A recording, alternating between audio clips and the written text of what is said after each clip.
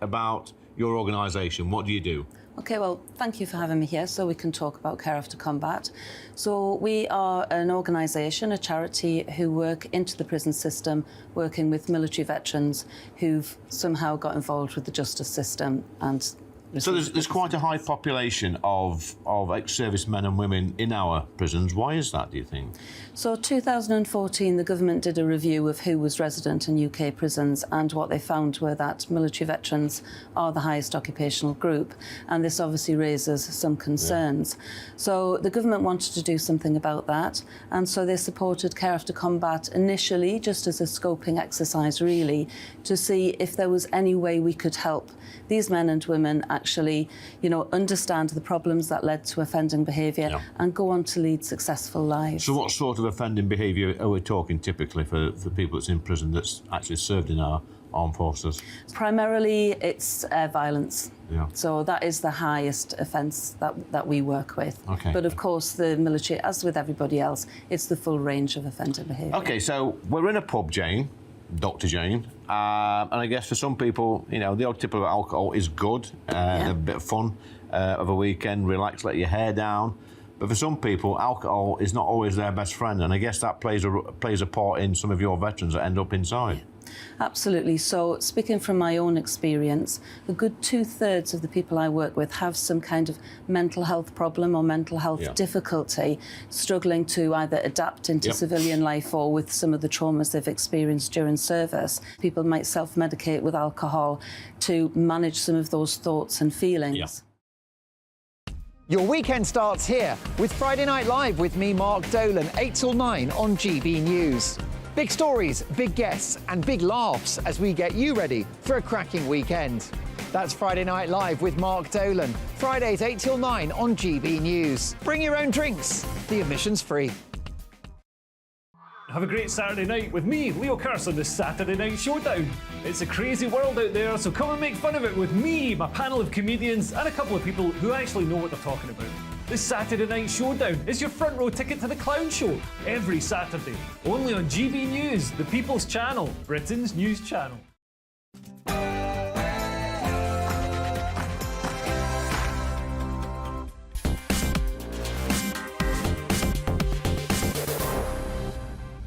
Some of the most dramatic scenes in Parliament, perhaps the most dramatic scenes in Parliament, witnessed in living memory following a highly controversial decision by the Speaker, Sir Lindsay Hoyle, to allow a Labour amendment on the day that was supposed to be the SNP's. Of course, everyone is talking about Gaza. Nothing to do with UK politics at all, but it's so dramatic that Conservative and SNP members of the House of Commons literally recently walked out of the chamber, demands for the Speaker himself to return to the House of Commons.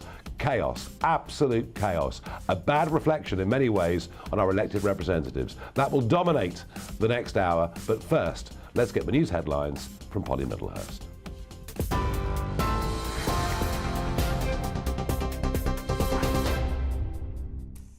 Nigel, thank you, and good evening to you. Well, it has indeed been an extraordinary half an hour in the House of Commons here in London. We can tell you that the latest line is, as we show you those live pictures from the chamber, that the government says it's to play no further parts in the vote on Labour's call for a Gaza ceasefire. You may remember that originally the SNP had tabled a motion for a ceasefire in Gaza. There was then a strange departure from convention where Speaker of the House, Sir Lindsay Hoyle, decided that he was going to take on board a Labour amendment as well, which was a breakaway from convention. And there were some suggestions that that was Sir Keir Starmer politicking ahead of the forthcoming Guest Act general election later on this year. That, of course, just the idea of a few analysts that were circling around Westminster, and there has been astonishing scenes in Westminster this evening after what happened after that. The government withdrew then its amendment to the SNP's motion on that ceasefire in Gaza. Don't forget, of course, there are protesters outside the House of Commons today demanding a ceasefire in the Middle East, and inside the House of Commons, quite a different set of circumstances. It does seem to be about politics rather than peace. Well, that ceasefire that was proposed today in the House of Commons and the subsequent amendment that was put forward prompted MPs from the SNP to leave the chamber. And we saw Christopher Hope, our political editor, talking to Conservative MPs who then followed them in support of the SNP, saying that it was too much of a departure from procedure to be the correct way forward in the House of Commons on a matter of this magnitude. That left Labour only, on its own, to vote on its amendment. And there were also lines of news which were coming through that Labour was voting on whether or not to sit in private. Anyway, we're trying to make sense of this scene for you now in the House of Commons as MPs and that half-empty chamber consider whether or not the House should be voting on this in private now. It's a rare step. It hasn't happened, we understand, since 2001. And that would force members of the public to leave, and live broadcasts from the Commons would also have to stop. So you can imagine how much of a departure from what we're used to seeing in the House of Commons this is. The official record of what's said would not be produced either. That also unprecedented, certainly in the last couple of decades here in British politics. Well, earlier on, the Commons leader, Penny Mordaunt, said the government would take no part in votes on the SNP-led Opposition Day debate on Gaza. That meant the government's amendment today, their vote would no longer go ahead, making Labour's amendment the only one to be voted on tonight. That vote still taking place, and we are monitoring events in the House of Commons. You can see, if you're watching on television, live pictures coming to us of Sir Lindsay Hoyle in the chamber, trying to regain some semblance of control there.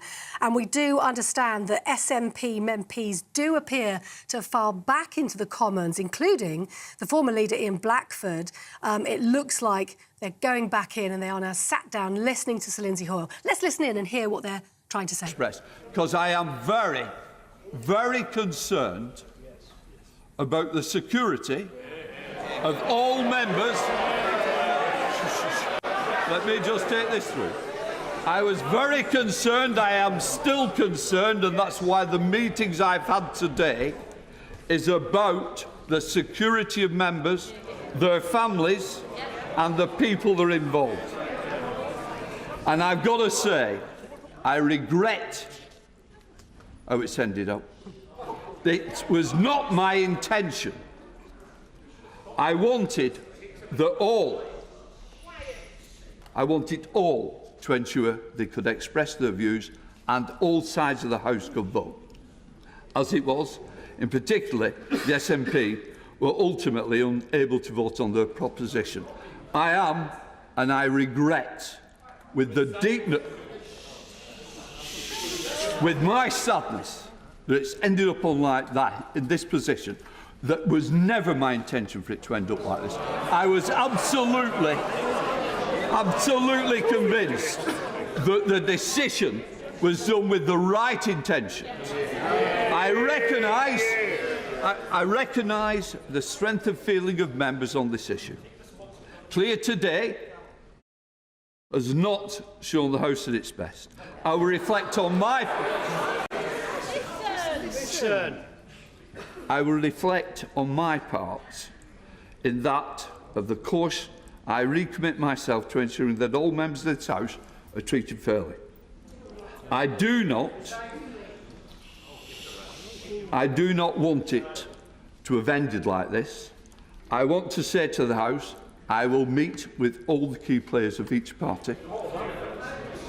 I think it is right that I meet with each one, and that...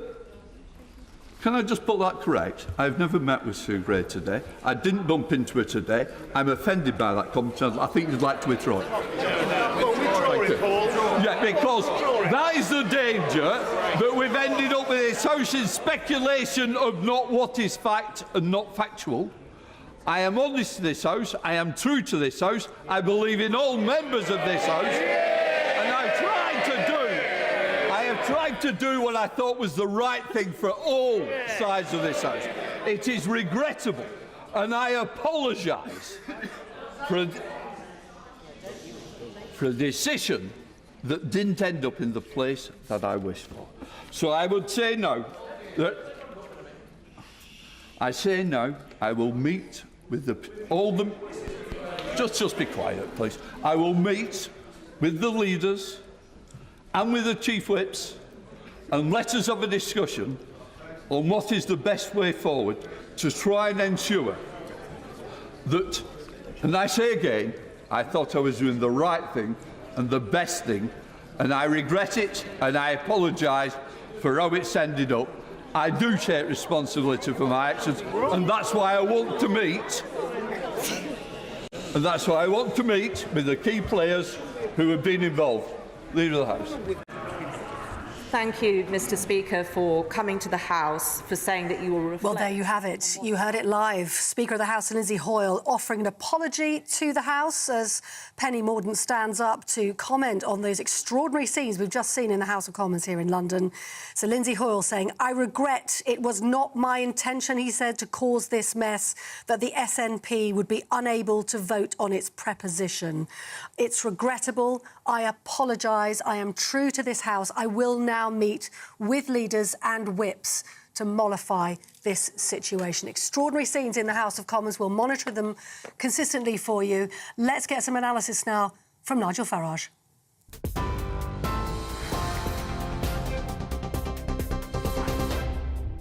Good evening. Well, I think some of the most dramatic scenes in the House of Commons, certainly in living memory, and maybe some of the most dramatic for a couple of centuries, because today was supposed to be the day that we had the SNP motion, and this was a motion about Gaza. By the way, nothing that's happened today has anything to do with the United Kingdom, nothing to do with the cost of living, nothing to do with open door immigration, nothing to do with the National Health Service. This is all about Gaza. That is what is now dominating British politics. It is, of course, a direct result of the increasing sectarianism in British politics, and in particular within the Labour Party, because Keir Starmer has tried from the start, ever since the 7th of October, to take a relatively nuanced position. On the one hand, that Israel has the right to defend itself, but on the other, that we don't want to see excess casualties in Gaza. But that line has become harder and harder for him to take, as many in the Labour movement, particularly those on the Muslim side of politics, are speaking out about the way Israel is behaving and calling it a genocide, which of course, in any historical sense, is a complete and utter outrage. That is the genesis of all of this, and what happened was the SNP had a motion down to be voted on in the House of Commons. Now bear in mind, this is not legislative, it's not executive, it doesn't change anything, least of all here, and certainly not in Gaza itself, but it's a statement of intent of where British political parties sit. Now, I'm sure there are many of you out there saying, do you know what, this is not our priority. Well, no, that may well be right, but it's been the priority of Parliament and almost the obsession of the Labour Party for the last few months. What the SNP were asking for was an immediate ceasefire in Gaza and in Israel. They condemned any military assault, namely what may be about to happen in Rafah. And most controversially, they want an end to the collective punishment of the Palestinian people. It's a motion effectively saying that Israel should give up, that Israel should surrender, that there should be no attempt to go after Hamas, who not only committed those atrocities on the 7th of October, but have promised to repeat them.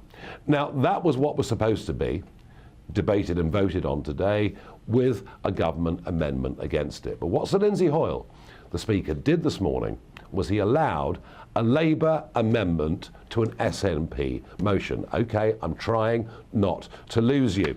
But in effect, the Labour Party amendment was really a peace offering to their own backbenchers, an attempt not to split the party.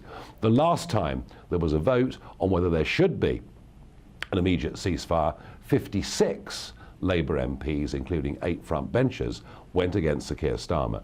So Sir Lindsay Hoyle, who is neutral as the Speaker, but remember, was elected to begin with as a Labour MP, has made what is being seen by many as a highly partisan political gesture, which incidentally, we're told breaks Article 31 of the standing orders of the House of Commons, and he does it much to the favour of the Labour Party. And that has caused anger, that has caused outrage. So much so that William Ragg, a Conservative backbench member of Parliament, has even put down a motion saying the Speaker should be replaced. And extraordinarily, whilst much of this debate was going on, Sir Lindsay Hoyle was literally nowhere to be seen.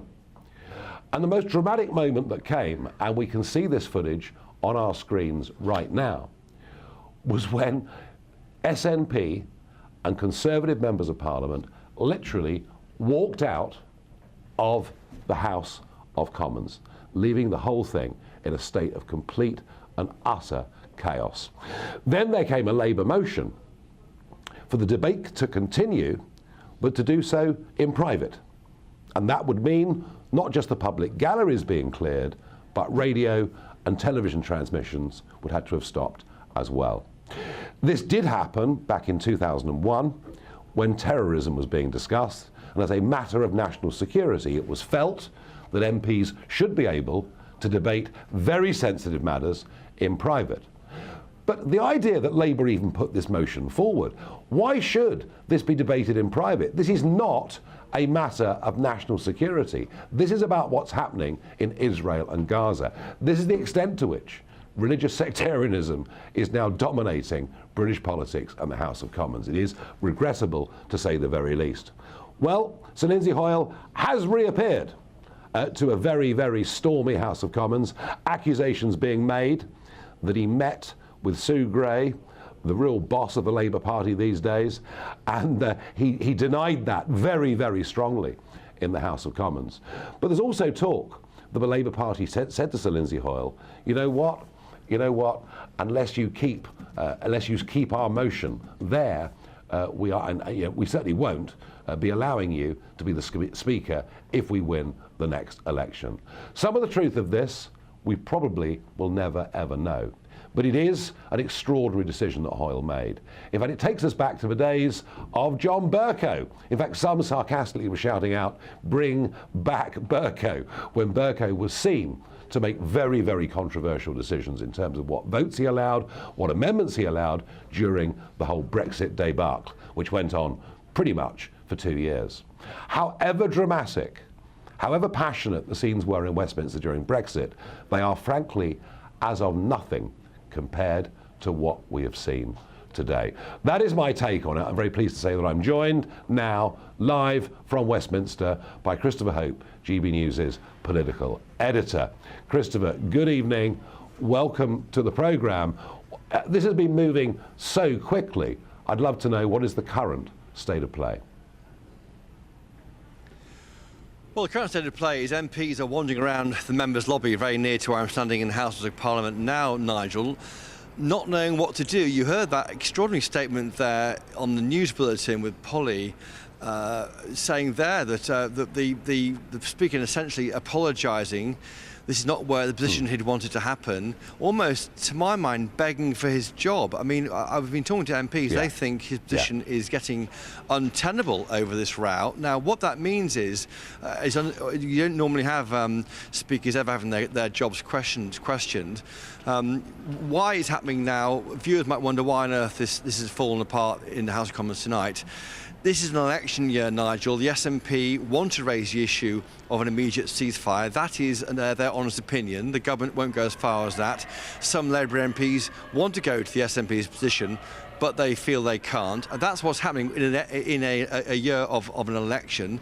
And that's why the SNP are pushing it. It has caused division. They knew that the wording of their motion meant that some Labour MPs would have to support it and then probably resign front bench roles. So Labour stepped up with its amendment. Normally that couldn't be selected because you can't amend an opposition amendment, but the Speaker allowed it to go ahead. Essentially, in a game of football, the referee has changed the rules moments before the game starts, and so that change favours one team, not the other, and therefore the other teams have walked out of House of Commons. It's very, very difficult. He's meeting tomorrow morning with the leaders of all the main parties, plus their chief whips. This is the biggest crisis. Point of order, Sarah. Yeah, I mean, Chris, this point of order and hearing what happens next? Do we get a vote on this tonight or don't we? I cannot be alone in this place today in being utterly embarrassed. I think we don't get a vote on it tonight. They've voted on trying to hold a session in private. This goes ahead. The SNP may be granted their Opposition Day debate again. We may go through all this again in a few weeks' time, but as things stand, there's no vote tonight. But I think what people outside the campaign, the Palestinian protesters outside, make of it, I don't know. It is not edifying for Parliament for this to happen, you're right, but equally we are in an election year and politics is at play. 2 quick points, Chris, before I let you go. The first, in your long career covering what goes on in Parliament, have you ever seen anything like it? And the second part of the question is, do you think our viewers have a right to say, what the hell is going on? What does this have to do with me, my life, my standard of living? Do you think the public will just look at this as Westminster Games? On the last point, yes, it is Westminster Games. I have never seen... I've seen some MPs walk out during the budget. The SNP, Alex Salmond, Nigel, used to lead his MPs out during the budget as a show of upset about the way the UK government was spending Scotland's money, Scotland's oil money. I have never seen 2 political parties, 2 of the 3 main parties, leave the chamber, and that is all on the Speaker. If the Speaker of the House of Commons had not changed the rules today, gone against precedent, to his defence, by the way, I should say, Nigel, he did it because he felt that all MPs wanted to vote for something. He felt that MPs are being threatened in their local seats and therefore give them an opt-out, and that was what the Labour option was. He wasn't trying to be party political, his friends say, but let me tell you, there is fury about his role and his position. It is unedifying. I'm afraid this is politics in an election year. Yeah, unedifying, but somehow different, Chris Hope, thank you. And different, folks, I think, because, and I've been using this word, I think before anybody, sectarianism, religious sectarianism. That is what we are seeing in British politics. I believe that, and it's a word I think you'll hear a lot more of, sadly, over the course of the next few years. I'm very pleased to be joined now by Ivor Kaplan, Chair of the Jewish Labour Movement, former Member of Parliament, and of course a former Defence Minister. Thank you very much indeed, Ivor, for joining us on this very, very dramatic evening. I mean, I put it to you that the sort of almost, not just growth of anti-Semitism, but almost mainstreaming of anti-Semitism and the growth of Islamism within certain parts of the Labour Party, that's what's led, isn't it, to this chaos today? Well, Nigel, if I may just start by saying I'm former leader of Jewish Labour Movement, so just so we correct that. Sorry about that. Just for the purposes. Look, I agree, and I've said constantly that there have been very high levels of anti-Semitism. We saw that in some of the reports a couple of weeks ago. Whilst a lot of it is down to what we've been seeing, you know, in London on Saturdays, it's not a very nice experience to go and be in London on a Saturday when people are charging around and shouting about, you know, we must have a ceasefire now, we must have a ceasefire now. As I've said constantly, and I know, you know, you and others have said similar things, there's no way of getting to a ceasefire overnight. That's for the birds. International diplomacy has to come if we're going to get to a ceasefire. And I think from both from both Jewish and Muslim religions, I think we all want to see issues resolved so that both of those religions in particular can start to see things fairly and squarely again in the right way. And I think that's part of what we need to get to as from the House of Commons point of view, certainly, but just generally from the British public. Well, I understand that, Ivor, of course, very well, but isn't the problem here that those who have sympathies that tend towards the Hamas position, and I say that as opposed to outright support for a completely banned terrorist organisation, but those whose sympathies tend that way, when they march in London, they don't just say ceasefire now, they talk about from the river to the sea, knowing exactly what they're saying. And what we now have, I'm afraid, is a growing number of people in this country, and not all of them are Muslims even. There's quite a lot of other people appear to be on these marches, and probably, part of the mob right outside the House of Commons, literally as you and I are speaking. Isn't the problem here that what we're dealing with isn't just two sides of a dispute? You and I can disagree on Brexit or whatever it is and have strong positions. The problem here is that there's a growing voice, and we're seeing it in our country too, that literally wants Israel destroyed as a country and frankly wants its people wiped out. Isn't that the heart of the problem? I have to say that there was rather a strange set of conversations, I think, about 24 hours ago. Yes, I can. I'm looking at 6. A number of people in other organisations were talking about, how Israel needed to be dealt with, how Hamas should have the rights to destroy Israel, and all these sort of things.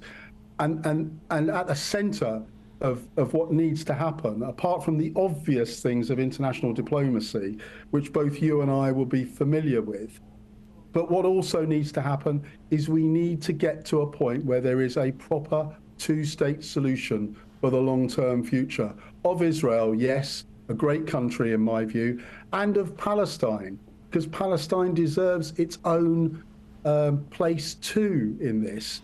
And that's why, since 1997, the issue about a two-state solution has always been at the centre of what we want.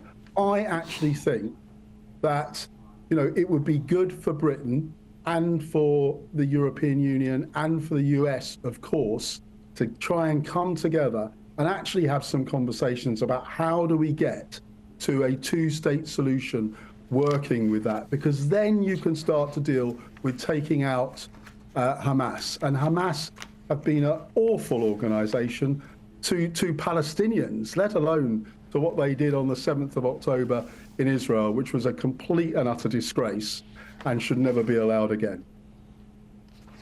Yeah, I mean, I'm talking to you from America, where the White House position now is that there should be a temporary ceasefire as soon as is practicable. And that sounds okay, but just getting back to your point about Hamas, how can you have, and this is perhaps a very difficult question to answer, and must be an incredible bind for the Israeli government, how can you have a ceasefire, and how can it even be practically possible if all the while Hamas are publicly boasting that they will repeat the atrocities of the 7th of October?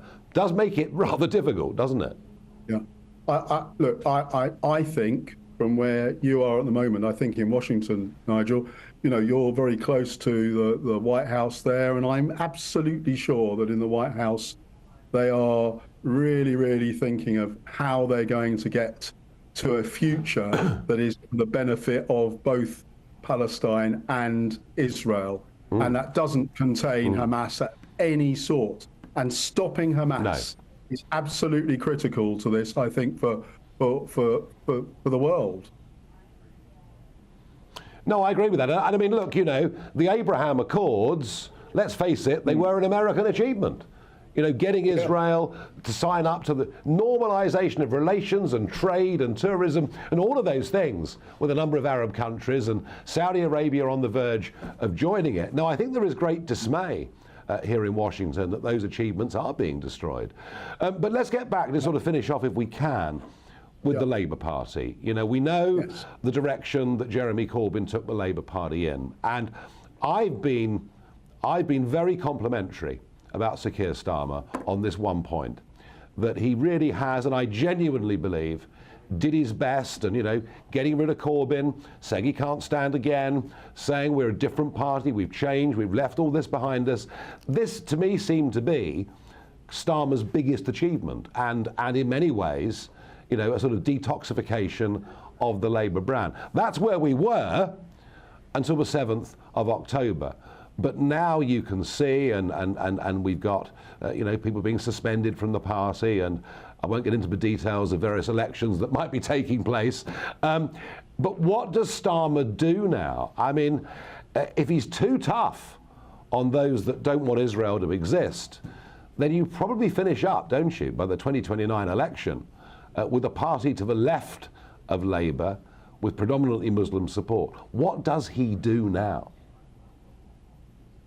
Well, look, Nigel, we're in an election year. Everyone is fraught about this. You know that, I know that. We can see it on all broadcasts that are going on. The same true, of course, in America as well. The same thing is happening there. For us in the Labour Party, we've been very clear about the changes that needed to make. And I think Keir Starmer has done a fantastic job since 2020 in driving that change. And I think in general terms, the public do have an empathy with the Labour Party. We've been out of office for 14 years. We've learnt these hard issues that are there. And we know that, you know, to make and ask people to vote for the Labour Party is a big thing to do. And as I've said constantly, not a single vote has yet been cast. And therefore, we've still got to make sure that we're not just saying to people, you know that this is the right thing to do. We've actually got to give them the reasons to vote for the Labour Party. And I think over the next few weeks, we will see that in much more detail from Keir Starmer and his team. This has been a distraction to some extent. That's not that we're not, you know, absolutely clear about what we want to do with Israel and Palestine, the two-state stuff that I just talked about. But at the same time, you've got all the internal issues here in the UK that have got to be dealt with as well. And there are lots of issues. The NHS comes to mind and others that will need the Labour Party to be in that good place. Yeah, no, of course. There's lots of stuff with the NHS and immigration numbers and cost of living and real bread and butter things that really matter to people. And yet it just seems to me that this Gaza debate could dominate the Labour Party for a long time. I mean, final question to you, if I may, and thank you for joining me. Has sectarian politics now arrived in Britain?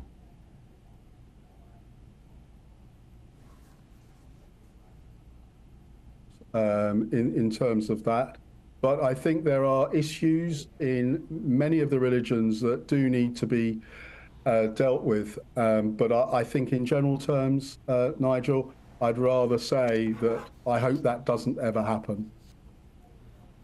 OK. Ivor Kaplan, thank you very much indeed for coming on. Pleasure. And Ivor there, you know, clearly very, very, very passionate. You know, the Labour Party's been a huge part of his life. He's represented it. He's done so much for it. It must be heartbreaking for people like him to see what is happening. And for Keir Starmer to see this really, whilst not yet damaging his election chances, making much of the work he's tried to do in the last couple of years really, really difficult. Now, we're going to go back to Chris Hope, our political editor. But before we do that, let's just have a look at this extraordinary moment when not just the SNP, because as was accurately pointed out, you know, Alex Salmond often used to lead SNP walkouts during the budget. We weren't giving Scotland enough money, clearly. But for Conservative MPs to leave the chamber en masse, let's just have a look at that moment.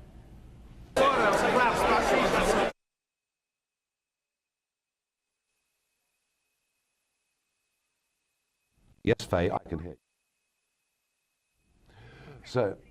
So there you are. I mean, quite extraordinary. You know, as I say, the SNP walking out's one thing, but for Conservative members of Parliament to walk out en masse really is pretty extraordinary stuff, and it shows the anger at Sir Lindsay Hoyle. And I don't know. You know, he may well have finally come back into the chair and said that he regrets what's happened.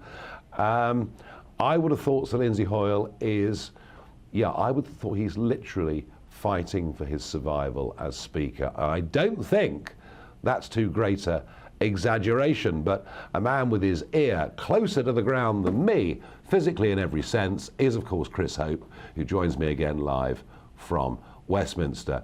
Chris, it's difficult to see how Lindsay Hoyle survives this, isn't it? I mean, the anger is astonishing. Yeah, he's playing with fire. You heard that, didn't you, just then, Nigel, that statement around 7 o'clock. He said he was sorry this wasn't someone where he wanted to end up. But I've been standing in the House of Commons central lobby just now. MPs are furious.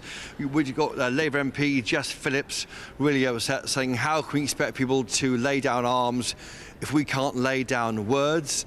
The amendment which Labour proposed has now gone through unchallenged. The SNP have walked out from the House of Commons with MPs, with the entire party of the Tory party. It's not expected. It shows I think the tension in this place over the Gaza issue. Combining that with the issue of the election approaching in short order later this year, you've got a very, very tense place, Parliament. I think that bubbled over today when the referee in charge was accused of taking sides, of helping Labour MPs out of a sticky hole, allowing themselves to vote for a motion which fitted their party policy, not having to vote for the SNP policy of a much tougher line on the ceasefire, and that's where we are at the moment. Number 10 is staying well out of this. I've asked privately, what's the view on, does Mr Sunak, Rishi Sunak, the PM, have confidence in the Speaker? They're saying correctly it's a House of Commons matter. We will see this play out tomorrow. Tomorrow is Leader of the House of Commons questions. Penny Mordaunt, of course, she gave that statement earlier, making clear that the Tory party was withdrawing for the vote.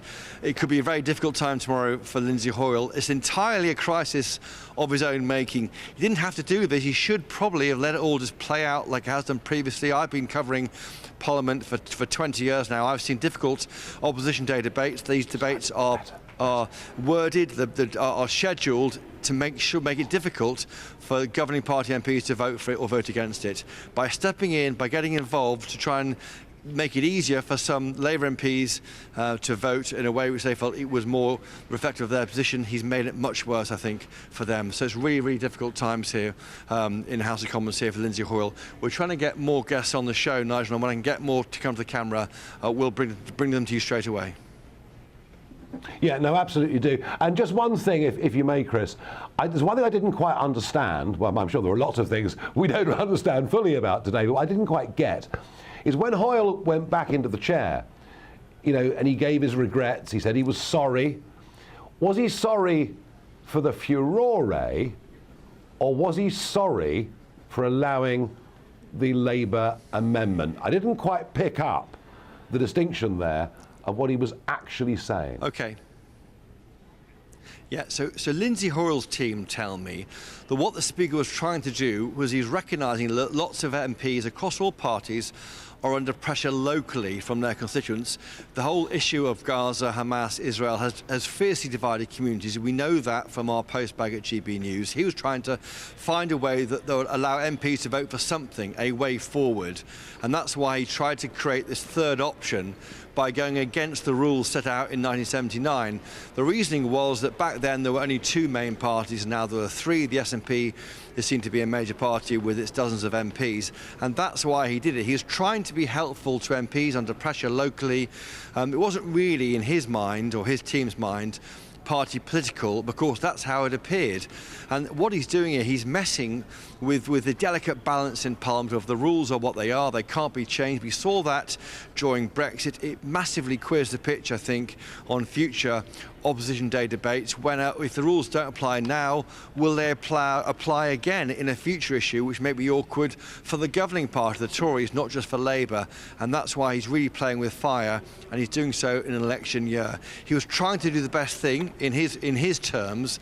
It's gone completely wrong. And tomorrow will play out. He'll meet with the chief whips from all the parties and the party leaders to apologise, to work out a way forward. But his position is looking questionable tonight. That's been made to me very clear by MPs here. Will he get through this? Well, the last MP to quit the Speaker was Michael Martin over the MP expenditure scandal in 2009. We are not there yet, Nigel, but this is getting very, very tricky for the Speaker to survive. No, it is, and it sort of does bring back shades of memory from John Bercow, who during the Brexit debates did, on more than one occasion, break with normal precedent.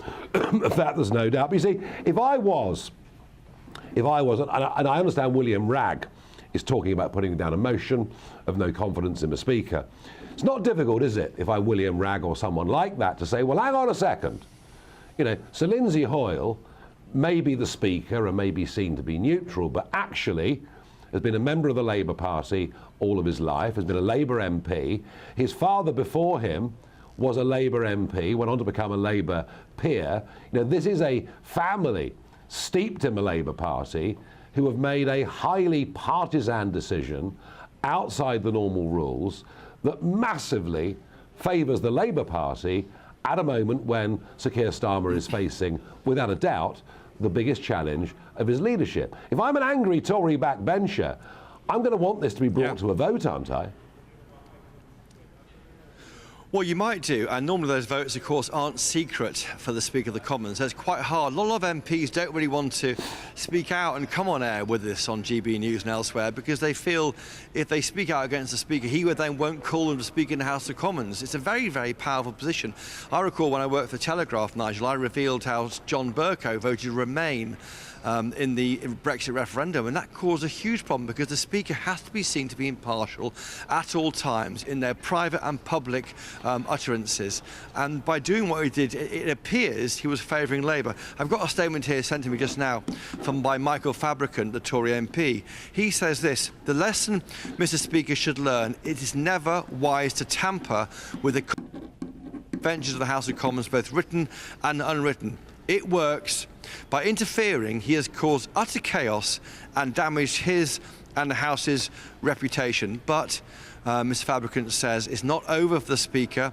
He's admitted his mistake, but it must not happen again. It may be, it just may be, that apology from the Speaker's chair at 7 o'clock tonight might have saved his job. Well, it might, Chris Hope. We will see. What's for certain? Don't go away, by the way.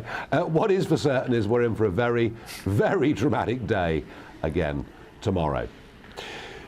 Now, one thing that Ivor Kaplan talked about were the protests, the marches that we've seen happening in London and other cities and happening, well, pretty much every Saturday, and some pretty unpleasant things at times being chanted and being said, and some very disturbing imagery as well. Flags that look like ISIS, and of course the famous case of the 3 women with the paragliders on the back of their anoraks. But whilst we, of course, do give people the right to protest in our country, and whilst we're used to having campaigning groups and little protests outside the House of Commons, and one in particular can think of the loud-mouthed, slightly thuggish Steve Bray, who's been out there abusing anyone that supports Brexit now for about the last 8 years. I wonder whether what happened outside and what is happening as we speak outside the House of Commons right now actually moves ever so slightly beyond what we would consider to be normal protest, almost becoming slightly intimidatory. I don't know. But GB News' Adam Cherry has been down looking at these protests today, and he joins me now from the Westminster studio. Adam, tell us, please, what you've witnessed, what you've seen. Love to know what the mood in there in Parliament Square is like, and whether it could perhaps be seen to be intimidatory in some way. Well, Nigel, I was there earlier this afternoon at about 4:30, which was just before it really started to swell. At the moment, it's extraordinary. The whole of Parliament Square, footage you're seeing here is from earlier when it was relatively tame. But the whole of Parliament Square is now completely full of protesters. And I'm told in the last few minutes that it is now getting slightly more hostile out there. Of course, it's now dark, and this tends to happen as things escalate over a few hours and as the votes and as the chaos in the Commons unfolds. What was interesting when I spoke to people was, of course, there were plenty of people there who recognise that this is a complicated issue and you know, we can have a nuanced discussion about it. But it didn't take very long for me to find people who were immediately dismissing the relevance even of talking about Hamas in this debate. I had one person say, all you want to do is talk about Hamas. And I said, well, isn't that relevant when you're calling for a permanent ceasefire? A ceasefire with only one side agreeing to stand down is not a ceasefire, that is a surrender. That immediately kicked things off. I was told I was condescending. I was asking the wrong questions. I shouldn't even be pursuing this line of inquiry. And I wouldn't say it was intimidatory at that point, but it was certainly, if I'd stayed for much longer, it would have become very hostile. And I think Patrick Christie's had a similar experience. So I would imagine, and we must keep an eye on this over the next couple of hours, there is a strong police presence there, but I would imagine over the next hour or so, it will escalate even more and become even more agitated. Yeah, and you wonder, don't you, when MPs finally leave the House of Commons tonight, what are they supposed to do? Are they supposed to walk through the crowd to go to the underground? I mean, this is beginning to raise questions, isn't it, about MP safety, MPs' freedom to speak out themselves. I find that pretty disturbing too, Adam. Yeah, absolutely. And in fact, one MP told me that they were not available to speak on this show tonight, precisely for that reason. They wanted to drive home as quickly as possible. So, yeah, of course, it's a problem. And there's only so much the best police force in the world, which you can debate whether the Met is that. There's no way that they can contain everything. Certainly not a crowd of the scale that is growing and indeed is already outside. So it is a problem, and I don't blame MPs for being a little bit skittish on this one in these circumstances. No, it's pretty scary. And I mean, to me, I have to say the very thought that here we are with over 7 million people on the NHS waiting list, with legal migration at numbers we could never have dreamt of, illegal migration across the Channel, driving a majority of the population absolutely potty because they can't work out what's going on, the cost of living crisis that people have been through, the increased taxes people are paying, just how tough people's lives are. And here we are in the midst of all of this, and Parliament Square, folks, is full of flags, Palestinian flags. I mean, this is quite extraordinary that important though it is, and I'm not saying that it isn't important and awful what has been happening in so many ways since October the 7th, but the fact that is now dominating British politics is quite extraordinary. Now, Adam, it wasn't long ago when Jeremy Corbyn put a Palestinian flag on the seat of every delegate at a Labour Party conference, and Keir Starmer tried to do it, well, did do away with that, and now that presence is back. What I also want to know, and you're not physically there at the moment, I understand that, and I wouldn't recommend you go back, frankly, but are we now beginning to see, when you said the mood is turning a bit in Parliament Square, are we now beginning to get the kind of chants and slogans that we've seen on some of those London marches? I'm afraid so, yes. In fact, not even just now, but earlier in the afternoon, before it was a significant protest, I heard Israel is a terrorist state, end the occupation. We've heard these phrases before. They are already there, and they will be stronger now as we speak. And yeah, I was advised not to go out there myself later. I am at this point scheduled to chat to Patrick about this as well, but questions are being raised about that because it is starting to get a little bit hostile. So yeah, we don't know. It's quite scary. It is. Adam Cherry, thank you very much indeed. And, you know, there's Adam just trying to do his job as a reporter in what is supposed to be an open democracy, what is supposed to be a free country, and him telling us that MPs getting in their cars and driving home, they don't feel safe, they don't want to be there. What is befalling our nation as a direct result of policies of Labour governments and Conservative governments is changing everything about the essential and actually very tolerant nature of our country, changing it in ways that are quite beyond belief, changing it in ways that are depressing, changing it in ways that are frightening, changing it in ways that I'm not sure we can ever row back from. On that rather depressing note, we'll take a break. Sir Keir Starmer may have been saved from a major Gaza rebellion by the skin of his teeth thanks to the Speaker's decision to call Labour's amendment against the advice of the clerk. And we'll be talking about the perilous state of our armed forces, with missiles that don't go off and woke ideology infesting the Army, the Navy and the Air Force. Tune in at 8 o'clock.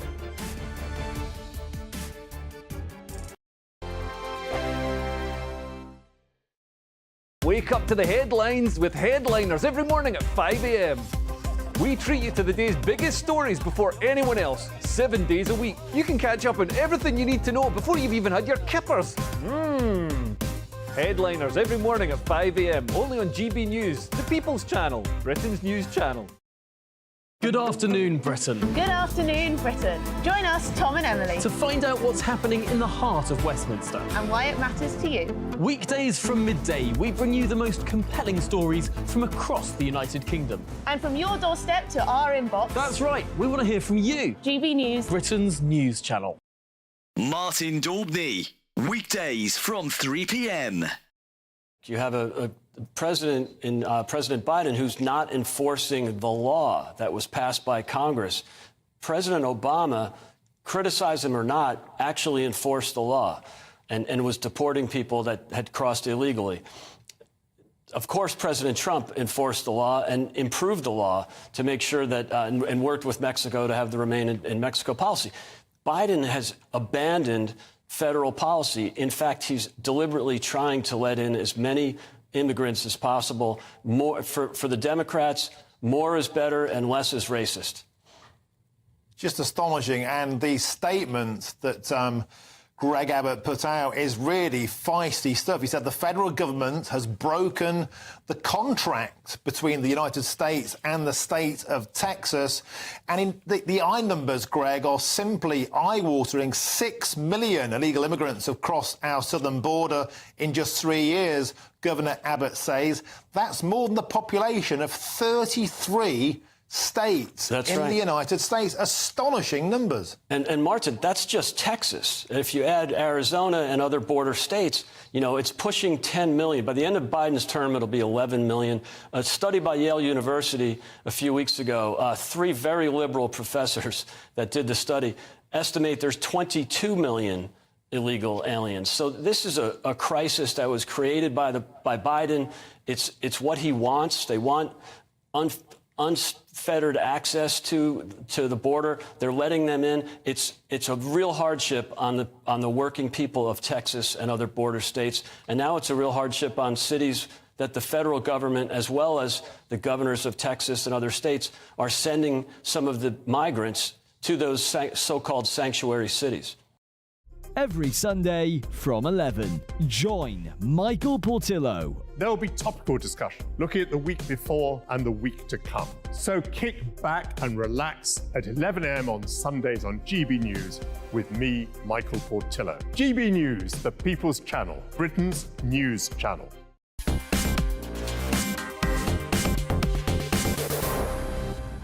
Right, a change of gear, if I may.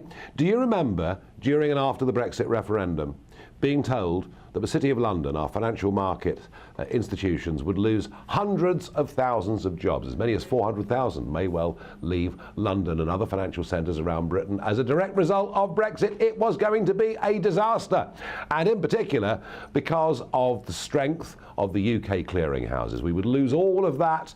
It would all go to Germany. It would be a disaster, yet it appears that perhaps that's not quite the case. Well, I'm very pleased to be joined by Professor Daniel Hodson, formerly the Deputy CEO and Financial Director of the Nationwide. Now, Daniel, you and I both remember being told that woe is us, doom is headed to us directly. But when it comes to this very, very important business of clearinghouses, it now appears that the French banks actually want to go on using London.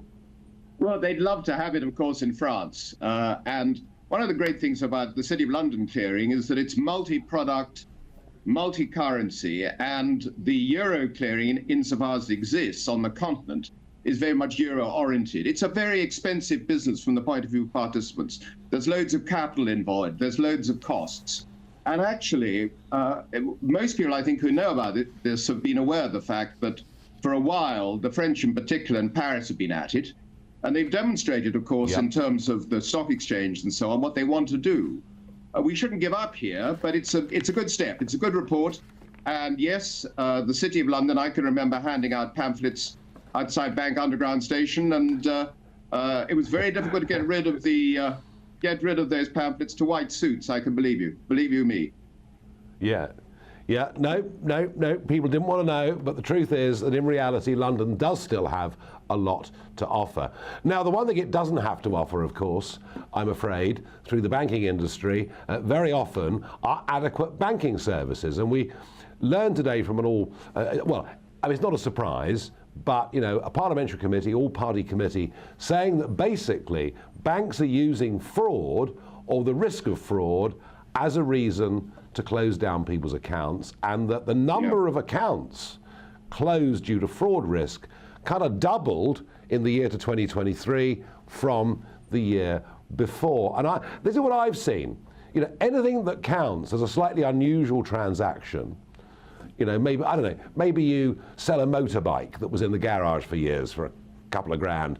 This appears in the account. And rather than the bank having to go through all of the compliance checks as demanded by the money laundering directives from the EU that came into British law, it's actually easier for the bank to simply close your account. I mean, that is happening, isn't it? It seems to be, and actually the statistics are a little bit more disparity. There's more disparity than you'd think, because I think I'm right in saying the report says that only 300 cases have been brought for crime, as against 300,000 accounts being closed. It's something like that. It's that sort of statistic. And what I think the banks are using in many cases is using crime as a cover for debanking. And in fact, Nigel, if I may say so, I suspect that your debanking episode was partly in that particular category. No, it isn't right, but of course it's a matter of statistics, and it's an area where I think both the regulators and the banks could be doing a lot better. And certainly the numbers in terms of the crimes reported and those actually where there's been a case should be much more compatible. And if people, you know, are actually reported for potentially having some kind of crime affiliation and they don't, that should be proved and they should be let go. And it's simple as that. And of course, the other thing, by the way, in the report, just quickly to say this, is that they're talking very much about, and the Treasury is recommending this, that people get told by their accounts being closed, but they're not being very specific about some reasons you can give. So that there's plenty of opportunity for the banks to sort of slither out of that one. I know, tipping off rules and everything. Daniel, it's a theme we'll return to again and again and again. Thank you for joining me. My pleasure. Nice to see you again, Nigel. Good to see you. Now, I'm joined now by Jacob Rees-Mogg. Jacob, extraordinary scenes in Parliament. What do you make of it? Absolutely extraordinary scenes in Parliament, and really disgraceful exhibition today when the Deputy Speaker did not allow a vote on the motion before the House. That you have the voices first, you have people shout, and then if it's contested, you go to a division. And we weren't allowed a vote, which is quite extraordinary, in my experience, absolutely unprecedented. Awful. I'm going to end on this, a message from a Member of Parliament to Adam Cherry. Some of us are really scared to leave. One of my female colleagues was surrounded by nasty protesters in Westminster Hall earlier and filmed, etc. She was in tears when she came back into the tea room. It's intolerable, and it is. Let's see the weather. Looks like things are heating up. Boxed boilers, sponsors of weather on GB News. This is your latest weather update from the Met Office for GB News. Good evening, I'm Alex Deakin. More wet and windy weather to come, particularly lively gusts tomorrow across parts of the south. We've seen plenty of rain today from this set of weather fronts. They are heading out into the North Sea.